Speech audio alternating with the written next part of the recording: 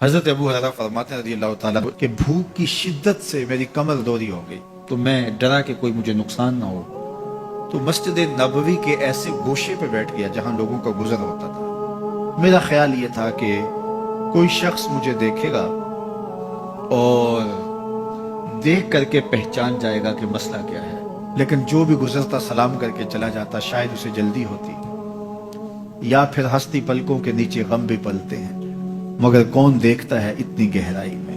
میں نے سوچا کہ ایک قدم اور آگے بڑھوں اور آنے والوں سے ہم کلام ہوں۔ جب میں ان سے بات کروں گا تو میرے لہجے سے وہ میری آواز کی شکستگی سے پہچان جائیں گے کہ میرا مسئلہ کیا ہے۔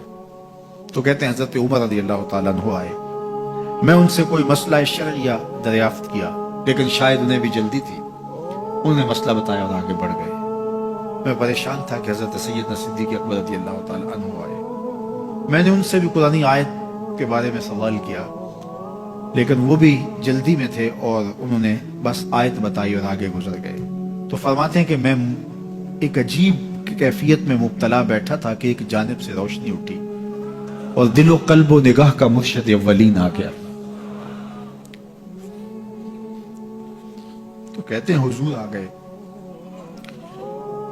تو چونکہ میری عادت بنی ہوئی تھی کہ میں ہر آنے والے سے مسئلہ ہی پوچھ رہا تھا، تو میں نے حضور سے بھی مسئلہ پوچھ لیا۔ تو حضور نے میری جانب دیکھا اور پھر زیر لب مسکراتے ہوئے بولے، ابو ہریرہ بھوک لگی ہوئی ہے؟ میں نے کہا جی حضور مجھے بھوک لگی ہے۔ کہا میرے پیچھے آ جاؤ۔ حجرات اقدس کی قربت میں حضور پہنچے تو اہل خانہ کو آواز دی کچھ کھانے کے لیے ہے؟ تو انہوں نے کہا دودھ کا ایک پیالہ ہے۔ مجھے فرمانے لگے ابو ہریرہ وہ جو صفہ کے چبوترے پہ بیٹھے ہیں جاؤ ان کو بلا لاؤ۔ کہتے ہیں دودھ کا ایک پیالہ، اور مجھے تسکین ہوئی تھی لیکن 70 آدمی بیٹھے تھے وہاں۔ خیر حکم تھا، میں بلا لایا، میرے ہاتھ میں دودھ کا پیالہ دیا، کہا ابو ہریرہ دائیں سے شروع ہو جاؤ۔ اب میں ایک شخص کو پیالہ دیا اور دودھ کو دیکھنے لگا، اور وہ سیراب ہو کے گٹا گٹ پینے لگا، اپنی بھوک اور پیاس مٹا چکا، اور میں نے دیکھا کہ ایک قطرہ بھی کم نہیں ہوا۔ میرے اندر جو پہلے وسواس اٹھ رہے تھے اور مجھے جو احساس ہو رہا تھا وہ مٹ گیا۔ پھر میں نے دوسرے کو پیش کیا، اس نے بھی سیراب ہو کے پیا، لیکن دودھ ایک قطرہ بھی کم نہیں ہوا۔ پھر میں نے تیسرے کو دیا، چوتھے کو دیا، 70 آدمی دودھ پی گئے، لیکن دودھ میں سے ایک قطرہ بھی کم نہیں ہوا۔ لگتا تھا رب نے اس دودھ کا تعلق حوض کوثر سے جوڑ دیا۔ تو حضور نے فرمایا ابو ہریرہ، میں نے کہا جی حضور۔ فرمایا کون باقی؟ میں نے کہا حضور ایک آپ باقی اور ایک میں باقی۔ تو فرمایا اب تم پیو۔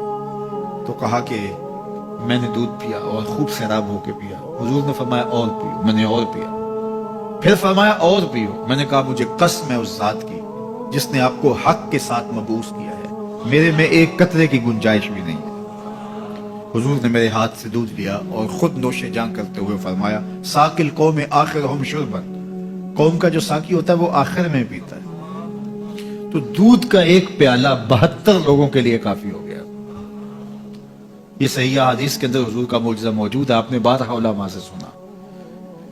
لیکن اس تربیتی عمل سے بھی کبھی غافل نہ ہونا کہ دو جہاں کا سردار ہے اور 71 آدمیوں کا جوٹا نوش جاں کر رہا ہے۔ آج جب دولت پھیل رہی ہے، لوگوں کے پاس وسائل زیادہ ہوتے چلے جا رہے ہیں، تو ان کو ایک دوسرے سے گھن آنا شروع ہوتی ہے، برتن الگ ہوتے چلے جاتے ہیں۔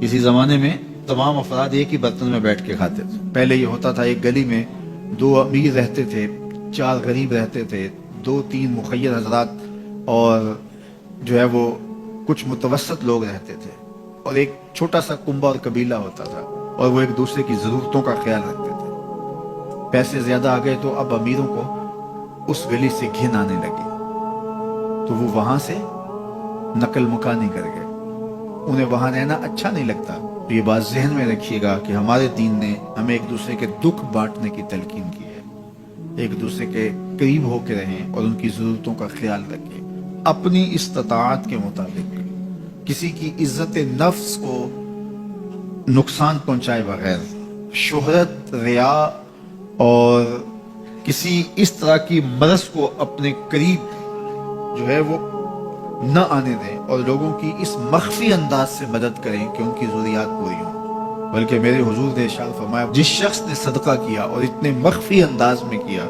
کہ جو دائیں نے خرچ کیا بائیں کو خبر نہیں ہوئی، جب بائیں کو خبر نہیں ہوئی تو ہمسائے کو خبر کیسے ہوگی؟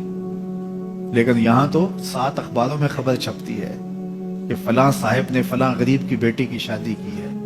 ذرا سوچ اگر یہاں تیری بیٹی کھڑی ہوتی تو تیرا روح سخن کیا ہوتا۔ لوگوں کی غربت کا مذاق نہ اڑاؤ، لوگوں کے جذبات سے کھیلو نا۔